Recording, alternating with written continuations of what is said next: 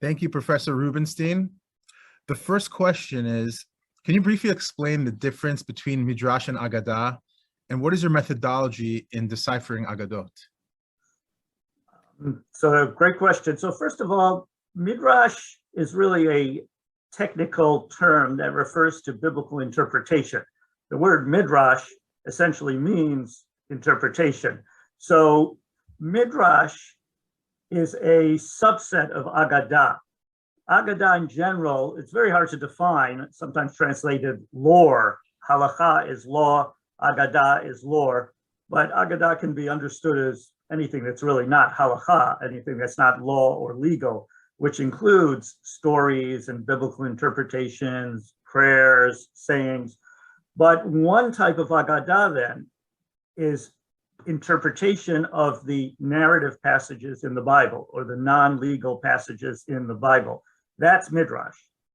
And you can also have Midrash halakha, that is interpretation of the legal passages of the Bible, is Midrash halakha. It's interpretation where the rabbis try to generate laws or flesh out exactly what the laws of the Bible, the laws of the Torah mean.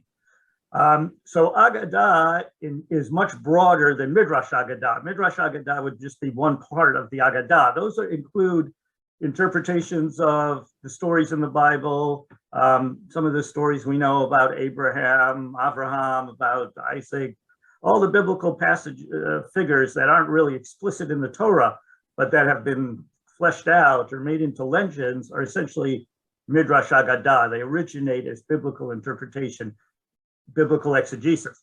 One of the large components of Aggadah, though, that is not Midrash, are stories about the sages. And this is what I work on in much of my work. So stories about the lives and the deeds of the sages, stories of Hillel, stories of Rabbi Akiva, stories of Rabbi Yehud HaNasi, stories of all the great rabbis whose legal traditions are mentioned in the Talmud and in the Mishnah, in the other rabbinic documents. Those are parts of Aggadah that are not Midrash, because clearly they're not based on biblical interpretation. And there are other genres of Aggadah too. There are sayings, there are astrological texts included in the Talmud. There's dream interpretations. There's some liturgies, that is prayers, formulations of prayers. So all of those are components of the Aggadah. Midrash Aggadah is therefore one part of it, but the main part that I work on are the stories of the sages. So you ask about the method about interpreting these stories, and many of these, of course, are familiar to anyone who's had even a modest Jewish education. The martyrdom of Rabbi Akiva, the Hillel and Shammai, and the converts who come to them, or the Gentiles who come to them to be converted. I mean, these are stories we really teach from even in day school. There's really a major understanding, at least in some circles, and particularly in traditional circles, about the genre really of these stories. Really, they're the form of biographical anecdotes, little vignettes from the lives of the sages. And in many circles, these are taken as accurate history or accurate biography. They're seen as historical testimonies about what really happened to the rabbis. And this is really a misunderstanding of their genre. These stories are closest to what we would call didactic fiction. That is, they're didactic. They're there to teach lessons. They're there to teach morals. They're there to grapple with cultural problems that the rabbis experienced. There to enrich the lives of the audience. They're not there to preserve what actually happened out of some commitment to objective history or dispassionate interest in historical or biographical truth. That's a very modern perception. Most ancient societies didn't really care that much about history or biography. Now, I say they're closest to didactic fiction rather than history or biography because these categories that we use today did not really exist in antiquity, or not exactly in the same form. And even the Greeks and Romans, who we really got history and biography from, I mean, even their understanding of what history meant and what biography meant is not exactly what our modern understandings of these types of literature is. Again, even for the Greeks and Romans, biography and history was a little closer to what we would call fiction. They weren't so interested in just preserving the record of what happened. They were, but again, not exactly in the same form. So the rabbis, though, for sure, and most other cultures were interested in stories of the great figures in order to teach and to inspire their audience in part, and to help them negotiate all of life's tensions.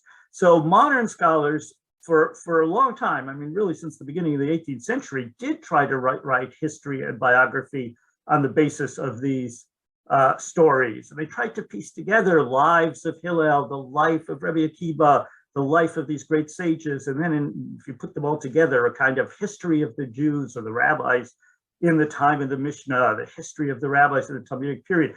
But scholars gave up on this about 50 years ago. I mean, since the 1970s, there was what we call this paradigm shift, where we understood all of a sudden that this project was essentially a failure, and we misunderstood the genre of these stories, tried to take them as history and biography, but it didn't work. And one of the reasons scholars came to this conclusion was that they tried to write biography on the basis of stories, and they found that the rabbinic stories relentlessly contradict each other. So if you try to write the biography of Rabbi Yochanan ben Zakkai, one of our great sages from the time of the Mishnah, you can't do it, because we have sometimes multiple versions of the same story. Sometimes the Babylonian Talmud will give you one version of an episode in his life. The Jerusalem Talmud, the Yerushalmi, will give you another version of an episode in his life. There might be a third or even fourth version in one of the books of Midrash. And these all contradict each other such that it's impossible to figure out what actually happened.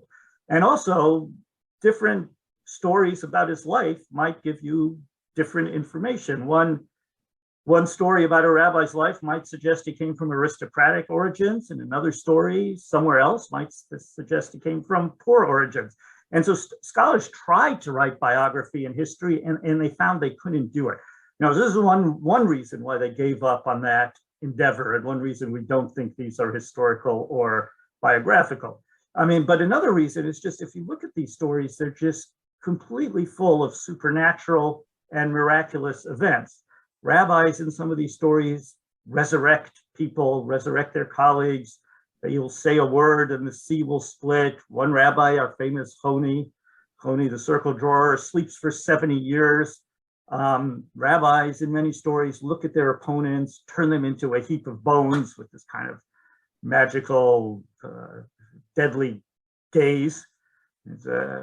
I never learned that in rabbinical school. I always thought it would be handy. Apparently they did in Talmudic times.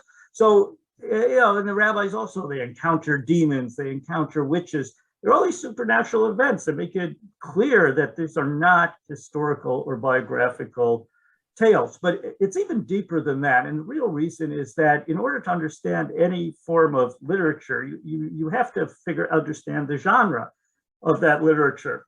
And when rabbis look very closely at stories, they realize they have a lot of literary features that you find in fiction, in folk tales, that you don't find in history or biography.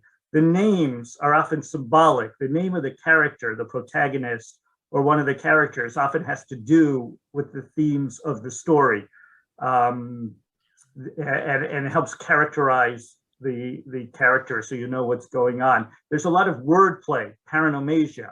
And again, to make a wordplay, you as the storyteller, the author, have to have freedom to tell the story the way you want to tell it in order to make the wordplay work. You can't always do that with biography or history because you're tied to a historical or biographical truth.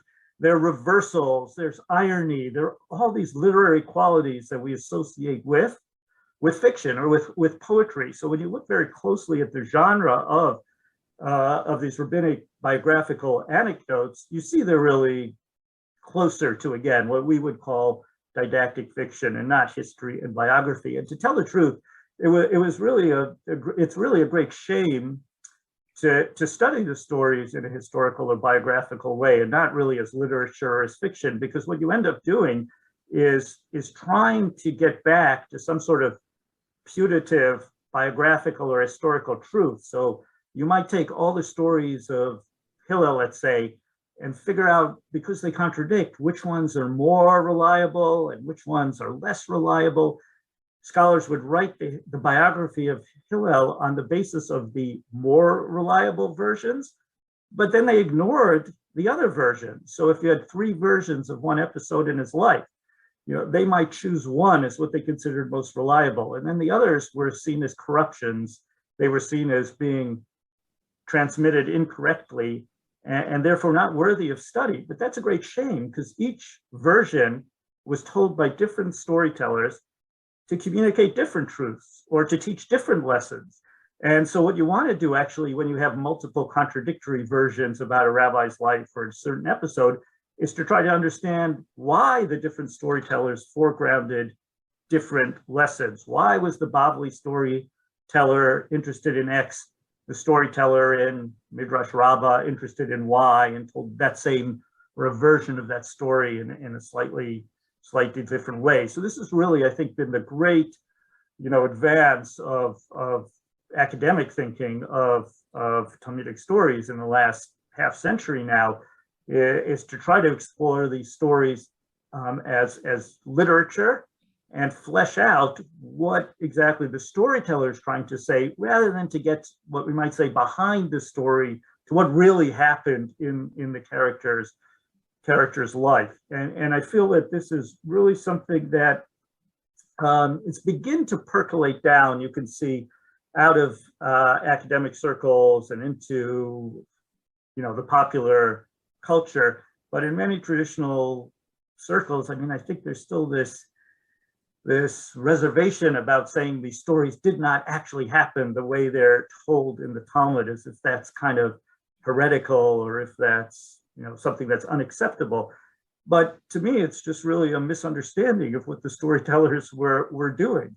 And it's really more authentic to understand the stories the way the storytellers intended them, which is to try to pay attention to every detail and understand what the message is, and not to take them as some sort of historical truth about the rabbi's life.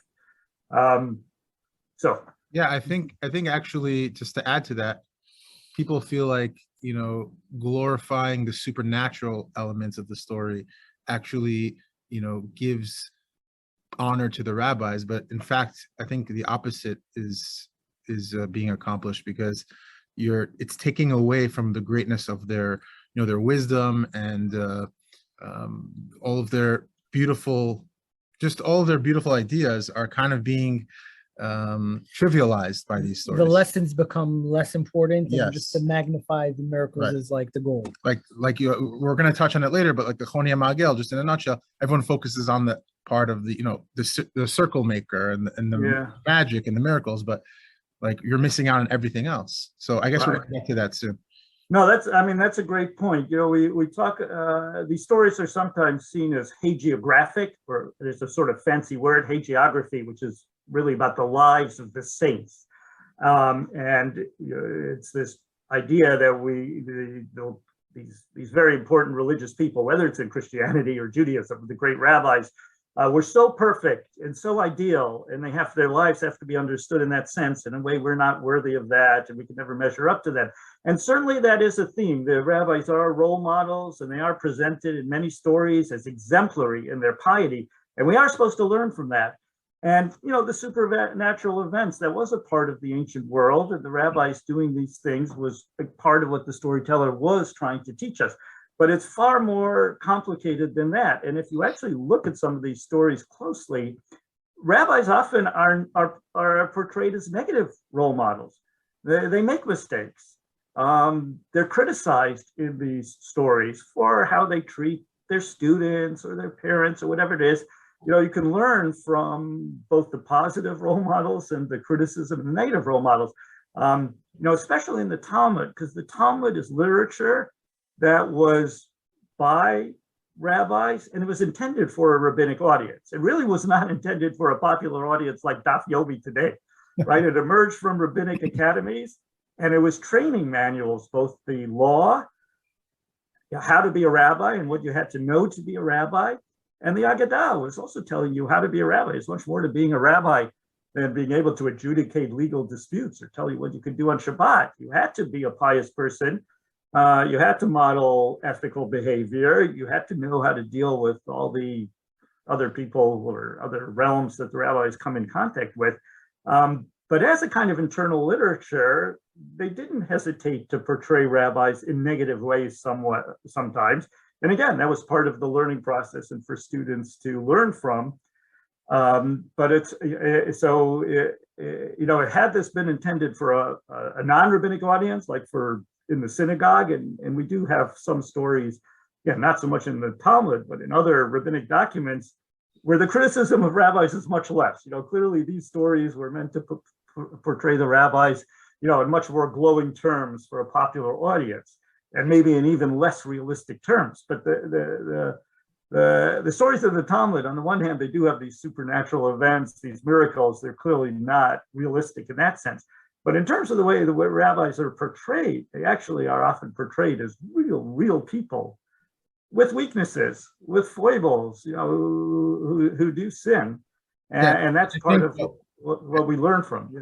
I think also like the Torah and the Tanakh goes to great lengths to show that even the greatest people in history were flawed, and that's how we can learn from them. And I feel like the difference between Judaism and Christianity, at least for 2,000 years, and maybe to the last generation or two, was always to kind of show that we don't have this idea of saints. We don't have this idea of perfect people, and you can't learn from anyone who's perfect. Whereas in the last maybe few hundred years, with for example, like the Hasidic movement, this kind of idea of the tzaddik and the idea of that there's a perfect person that we can aspire to, or we can't even reach that level, as good as we are. That kind of shifted away from the classical Jewish approach. And the Torah itself, I feel like it's very significant and it's something ignored. And a lot of people try to, overly defend what, the patriarchs did. Oh, he didn't really sin. No, I think the Torah is telling us that they made mistakes for a reason. It's not, we shouldn't. 100%, you're right there. I mean, the rabbis continue that from the Torah. They're right. Very much in line in the Torah's portrayal of its heroes and protagonists as great people, but not perfect, not saints. Like you say, even Moshe, I mean, the Torah goes out of its way to say he sinned whatever he did, striking the rock, and he died. He was a human being in the end. And the other patriarchs too, and the Talmud does that with its rabbis for sure. So the story, in other words, when you're reading one of the stories, then the real question that you want to ask is, what is the storyteller trying to communicate to me with this story? He's not trying to just tell you some detail in the rabbi's life or something about him. You're right. He's often not trying to put him on some sort of perfect pedestal as a model we can never emulate, and just tell us the great rabbis in the past were part of this age that was so much greater than us, and we're so much inferior to them. It's really to teach us, and to do that, you have to read the story as literature and get inside the mind of the storyteller. And this is one of the reasons why I think it's actually it's great to study these stories, and so many people love studying these stories. It's because it's literature. It's very hard sometimes to wade your way through a complicated halachic discussion in the Talmud. It's abstract and it's legal, and there's so much you have to know, and the dialectical back and forth is hard to puzzle out. But we all read.